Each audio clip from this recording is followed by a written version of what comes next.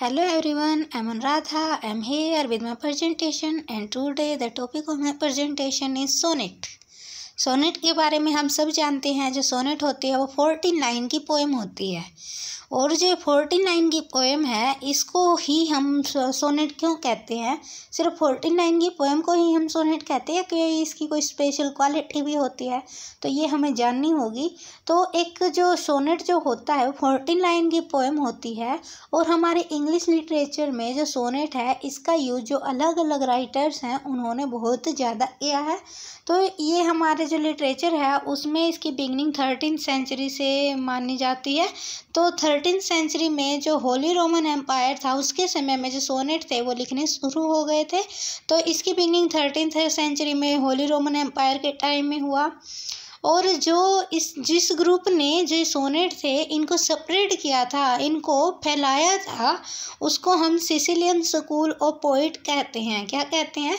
Sicilian school of poet कहते हैं। और फिर 13th सेंचुरी के बाद 14th सेंचुरी आती है। 14th सेंचुरी में जो सोनेट्स हैं इनका जो डेवलपमेंट हुआ था वो पेट्रार्क के द्वारा किया गया था। जो इटली है, इटली में इसका डेवलपमेंट पेट्रार्क के द्वारा किया गया था और पेट्रार्क ने जो सोनेट है उसको 2 पार्ट्स में डिवाइड किया था। तो 2 पार्ट्स कौन से थे इसके? Octave and sestet. जो ऑक्टेव होता है वो 8 लाइन का होता है और जो सस्टेट होता है वो 6 लाइन का होता है। तो 8 और 6 कितने हो गए? 14। तो ये 8 और 6 लाइन का है और इनकी राइमिंग स्कीम जो है वो है A B B A B B A. Octave की राइमिंग स्कीम है A B B A B B A और सस्टेट की राइमिंग स्कीम है सी डी सी। तो 14th सेंचुरी में इटली में पेट्रार्क के द्वारा जो सोनेट है वो शुरू किया गया था, उसके द्वारा इसका यूज़ किया गया था और उसने जो सोनेट है उसको 2 पार्ट्स में डिवाइड करके किया था। तो पहला जो पार्ट था उसका वो था ऑक्टेव और दूसरा पार्ट था वो था सस्टेट। जो ऑक्टेव पार्ट था वो 8 लाइन का था जिसकी rhyming scheme A B B A थी और जो दूसरा पार्ट था वो सस्टेट था जिसमें 6 लाइन थी और इसकी राइमिंग स्कीम थी सी डी सी। फिर 14th के बाद हमारी आ जाती है 16th सेंचुरी। जो 16th सेंचुरी थी इसमें जो हमारा सोनेट है वो इंग्लैंड में फैल गया था, तो इंग्लैंड में आया था। तो इंग्लैंड में कौन लेकर आया था इसको सोनेट को? वो थे सर थॉमस वाट और Henry Howard the Earl of Surrey, इसको हम अर्ल ऑफ सरे भी कहते हैं। तो ये 16th सेंचुरी के राइटर थे। तो सर थॉमस वाट और हेनरी हावर्ड ने इसको लेकर आए थे। इसको हम सर थॉमस वाट भी कह सकते हैं और सर थॉमस याट भी कह सकते हैं। आपको जो अच्छा लगे वो बोल लेना। आप इसको सर थॉमस याट भी बोल लेना और सर थॉमस वाट अच्छा लगे तो वो भी बोल लेना। हमें सिर्फ नाम याद रखने से मतलब है।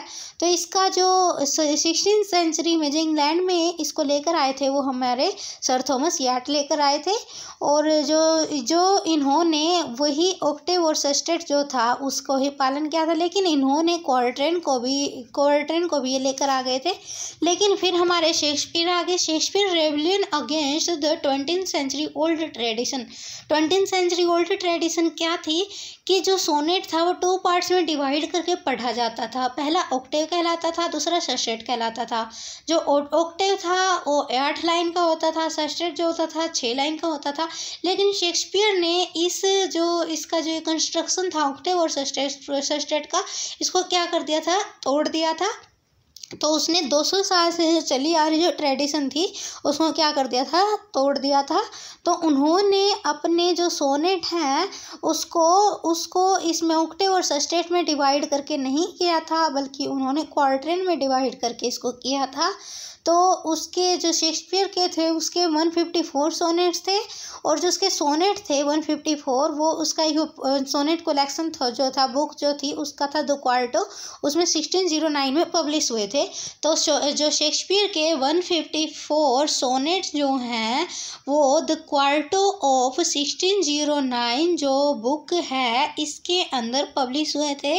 और शेक्सपियर के 154 सोनेट्स में से जो 126 हैं वो W.H. को एड्रेस्ड हैं। इनका नाम है विलियम हर्बर्ट।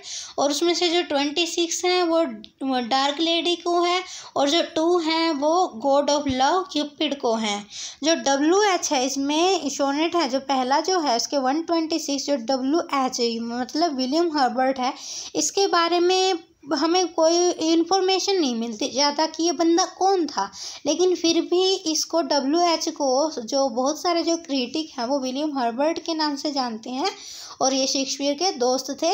तो इसके जो 126 हैं वो अपने दोस्त को एड्रेस्ड हैं, और जो 26 हैं वो डार्क लेडी को एड्रेस्ड हैं। एक लेडी थी जिससे जो शेक्सपियर थे वो प्यार करते थे, लेकिन उसको वो डार्क लेडी के नाम से संबोधित करते थे, और डार्क लेडी को उन्होंने एक इस रूप से प्रेजेंट किया कि वो इतनी सुंदर नहीं थी। वो उसने अपना एक shall I compare thee to a summer day, एक सोनेट भी लिख रखा, shall I compare thee to a summer day. उसने उसको एक समर डे के साथ कंपेयर कर रखा है। तो डार्क लेडी जो है इसको इतना सुंदर नहीं दिखाया गया, लेकिन जो हमारे शेक्सपियर थे वो डार्क लेडी से प्यार करते थे। और ऐसा माना जाता है कि जो डार्क लेडी थी उन्होंने इसको धोखा दिया था।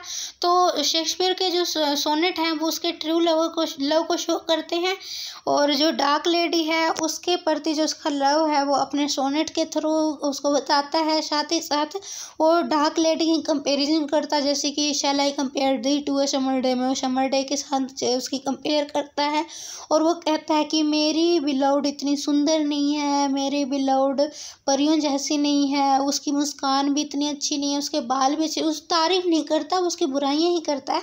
और लेकिन फिर भी उससे क्या कहता है कि मैं फिर भी उससे प्यार करता हूँ। और क्या है, उसके जो 2 सोनेट हैं वो गॉड ऑफ लव क्यूपिड को एड्रेस्ड है। और जो हमारे शेक्सपियर थे उनके जो सोनेट थी उनकी जो थीम होती थी वो लव होती थी, इनफिडेलिटी होती थी, जेलसी होती थी, ब्यूटी होती थी, मोरालिटी होती थी। तो शेक्सपियर के जो सोनेट थे वो love, infidelity, jealousy, beauty, morality के ऊपर बेस्ड थे। और अब हम उसके कंस्ट्रक्शन को देख लेते हैं। जो शेक्सपियर ने जो सोनेट लिखे थे उसको उसने 3 जो क्वार्टरन है 3 क्वार्टरन में डिवाइड किया था। 3 क्वार्टरन मतलब स्टेंजा, उसको 3 स्टेंजा में जो 4 लाइन का जो होता है उसमें डिवाइड किया था। तो उसकी जो राइमिंग स्कीम थी A B C D E F G G। तो उसने जो 3 थे वो क्वार्टरन थे और एक कपलेट का यूज़ किया था। तो जो कपलेट होता है उसका मतलब हिंदी में होता है दोहा, तो ये होता है 2 लाइन।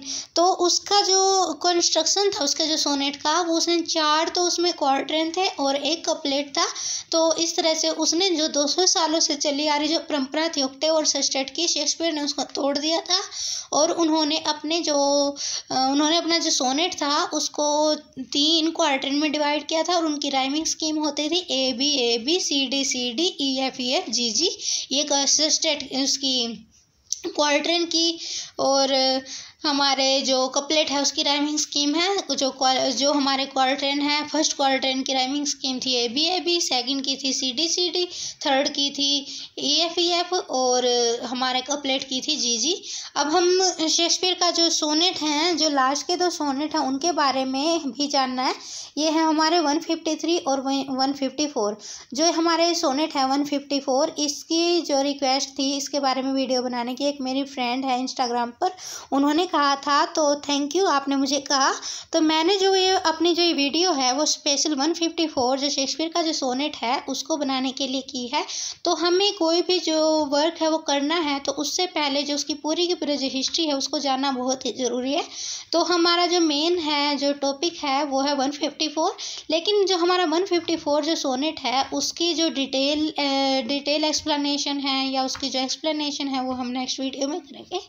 तो इसका जो सोनेट है हमारा 153 और 154, address to the god of love Cupid, ये हमारे जो गॉड ऑफ लव है क्यूपिड उसको ये एड्रेस किए गए हैं। जो 153 और 154 जो सोनेट हैं वो जो गॉड ऑफ लव है उसको एड्रेस किए गए हैं।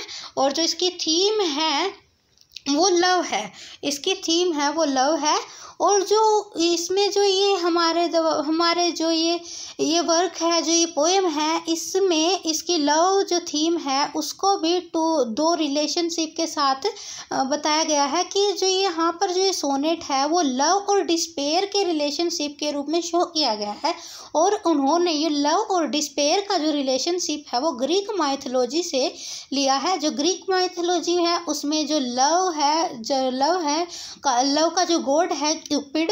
तो गॉड ऑफ लव जो है उसको और जो डिस्पेयर के रूप में जो नीम्स हैं उनको लिया है, और उन्होंने लव और डिस्पेयर का जो रिलेशनशिप है वो 154 सोनेट में बताया है। तो हमने इस वीडियो में जो सोनेट है उसकी ग्रोथ एंड डेवलपमेंट के बारे में जाना, और जो ये इसमें मैंने पॉइंट्स बना रखे हैं वो हमें सोनेट का जो हमारा डेवलपमेंट का जो सीक्वेंस है उसको समझने में बहुत ही हेल्पफुल रहेगा। Thank you.